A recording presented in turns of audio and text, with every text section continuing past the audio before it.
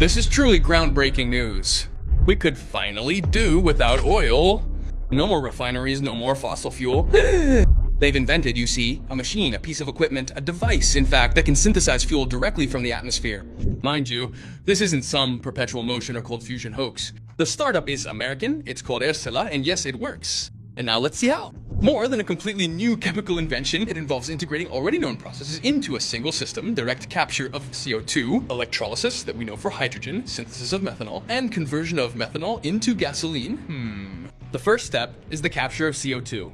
As the air enters the machine, it comes into contact with a potassium hydroxide-based alkaline aqueous solution which chemically binds with the carbon dioxide, resulting in carbonate formation. That CO2 then must be made available again in the subsequent steps, with the solution being regenerated and reused.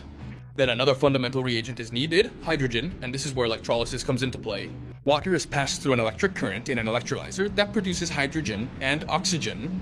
This is a process that we have already described a few times. Hydrogen is used to make fuel. Oxygen is a byproduct that is released back into the atmosphere. At this point, the captured CO2 reacts with hydrogen to form methanol, which is CH3 or H. In processes of this type, metal catalysts such as copper and zinc are often used, as well as controlled operating conditions, since it is usually necessary to exceed 200 degrees Celsius to achieve the reaction.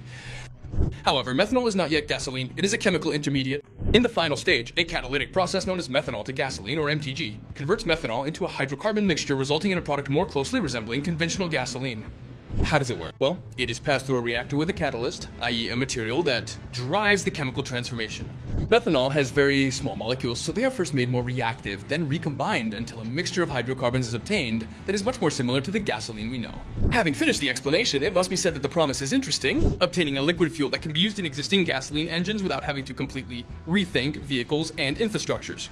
Nice, right? And here we come to the twist. In fact, look at the calendar. But then, once this thing was revealed, was it all an April Fool's joke?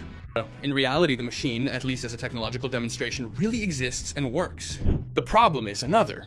We are not talking about a new miraculous energy source. This system doesn't generate energy. Instead, it accepts electricity and stores it within a liquid fuel. We'll soon see what the implications of this are. In practice, it is a form of indirect electrification. Every time you add a step, you lose efficiency, and those steps are many. First, you capture CO2 from the air, then you produce hydrogen with electrolysis, then you synthesize methanol, then you convert it into gasoline, and finally you burn that gasoline in a heat engine which already disperses a large part. All heat engines disperse energy. It is no coincidence that for fuels, that is, fuels, let's say, called green like these, synthesized from something else. In general, the AI estimates that the only part of the combustible electricity stops roughly at the order of 40 to 60% efficiency, so before even reaching the engine losses and inside the internal combustion engine. Only a relatively small fraction of the fuel's energy is truly converted into mechanical movement.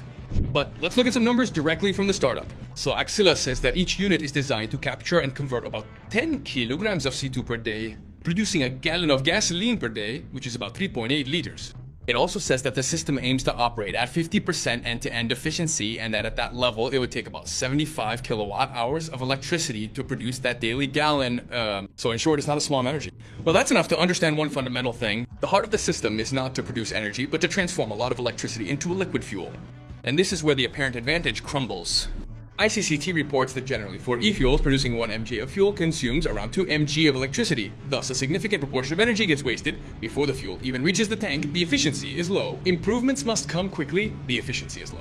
The utilization of this fuel within a heat engine, an engine whose efficiency substantially lags behind that of an electric drive, further exacerbates the overall balance. Also, according to the ICCT, traveling the same distance with a fuel-powered car can require about 6 times more renewable electricity than doing so with a battery-powered electric vehicle.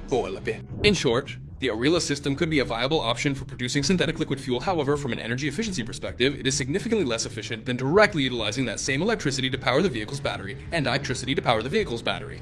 On top of that, the second problem surfaces that pertains to real emissions. Ercela openly states that if the car is connected to the grid, the fuel footprint depends on the energy mix that powers it. The cleaner the electricity, the cleaner the final fuel. So climate neutrality is not an automatic property of the machine. It depends on how the energy is produced upstream and on an assessment of the entire life cycle. The system, therefore, as much as it tries to make the internal combustion engine more sustainable, does not limit its basic limitation, which is to continue to produce a fuel to be burned in a machine that is less efficient than an electric drive. And be careful, because this is not just a technical problem, but also an economic one. The company itself at this point is not yet publishing a commercial price for either the fuel or the machine. They state that their long-term objective is to reach a point of competitiveness with traditional gasoline, but acknowledge that the crucial determinants will be the cost of renewable electricity and the manufacturing cost of the machine, CUU. If we just make a quick estimation, we're talking about 75 kilowatt hours for the production of 3.8 liters of fuel. Do the math and understand how much a liter can cost, and that is just the cost of energy. Then there is the machine, maintenance, reagents, catalysts, and everything else. In the meantime, just to provide some additional data, the IA observes that today electric cars often already have a lower total cost of ownership than internal combustion engines, thanks to lower energy and maintenance costs, while Transport and Environment estimates that running a car on fuel for 5 years would cost around €10,000 more than an electric vehicle. This is just to give you some estimates. P.S.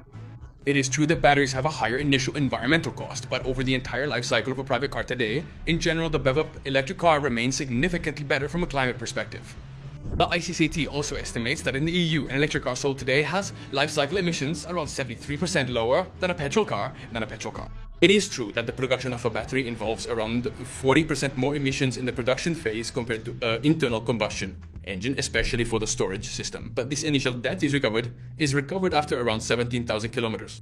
So what is the final point? That Arcelor's machine is certainly interesting and deserves a lot of attention as a technological demonstration. But it's one thing to demonstrate that you can make gasoline from air, and quite another to demonstrate that it's the most sensible, efficient, and economical solution for moving millions of private cars. Well, we hope you enjoyed the video. Let us know if you knew about this technology. Let's find out more in the comments and let us know what you think. All that remains for me to do is say goodbye and invite you here on the Ingegneria Italia channel for future videos and on our other channels where we publish interesting insights into the world of engineering every day.